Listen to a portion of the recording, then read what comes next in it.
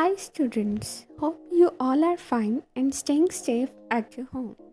Now, this is the time for revision and our revision topic is creative writing. So, here you have to write few lines about your favorite fruit. You can tell in which season your favorite fruit comes. Then discuss about the color, shape and taste of your favorite fruit. As my favorite fruit is watermelon, so I am going to write about watermelon. Here we go. Watermelon is my favorite fruit. Its color is red from inside and green from outside.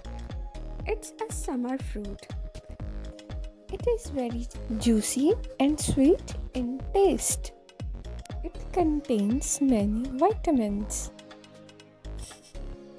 It has many seeds. I like this fruit very much. So, like this, you can write so many sentences. I told you about my favorite fruit. Now, it's your turn to tell me about your favorite fruit. And yes, don't forget to draw your favorite fruit here.